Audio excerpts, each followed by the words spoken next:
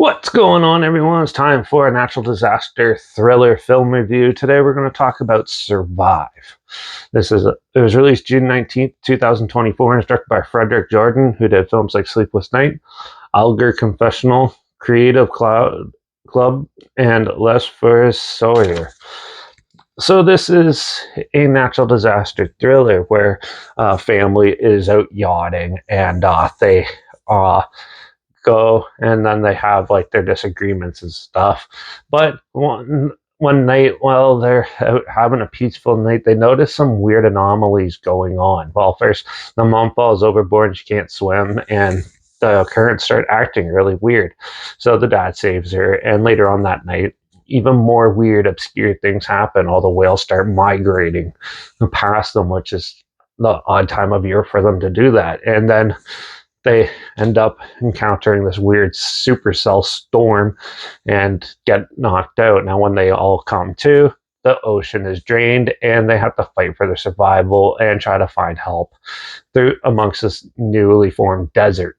So this was a interesting concept for a film. I do like the concept, and the visual look of it looks really good. Like the cinematography is good. The effects are pretty good in this, especially in the first half.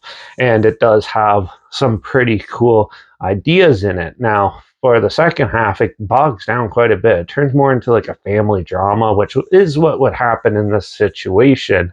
And I get that. But still, for a viewing film perspective, you kind of need a little more interesting stuff sprinkled in. And the biggest thing with this is how the characters are, because, and the script in general, because half of the time they're speaking English and half the time they're speaking French, and it's usually they speak English and then all of a sudden they're speaking French. What is the point of that?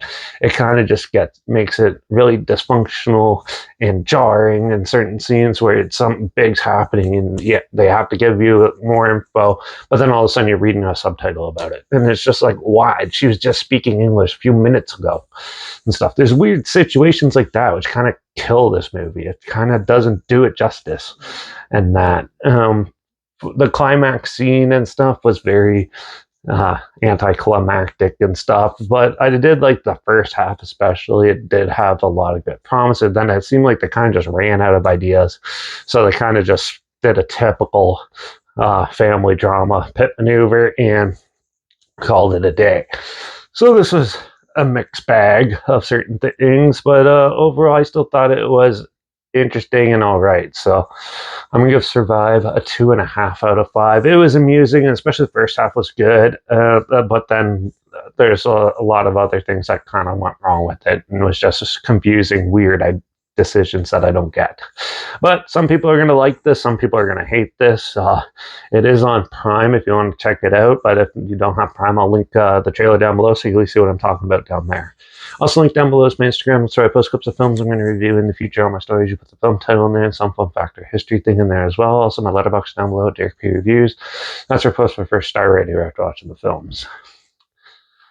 And my Twitter's down below at reviews_Derek. So follow me on those platforms, stay in loop with this channel. Like this video, share it so more people aware of it. Comment your opinions of the film down below if you have any films or film franchises in any genre and on any streaming service that you want to hear my opinions on in the future.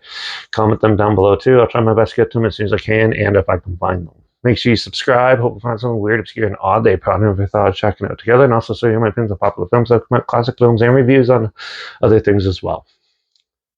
And don't forget to ring that bell, because we're going to do an action sci-fi thriller. It's marketed as a horror film, but it's absolutely not. And that's Megan 2.0. So make sure you tune in for that. Watch out for all those oceans being drained, because that's bound to happen sooner or later and causing people to be deserted. And I guess I'll see you all in the next review. So until then, cheers. At least you don't have to worry about drinking seawater in that situation.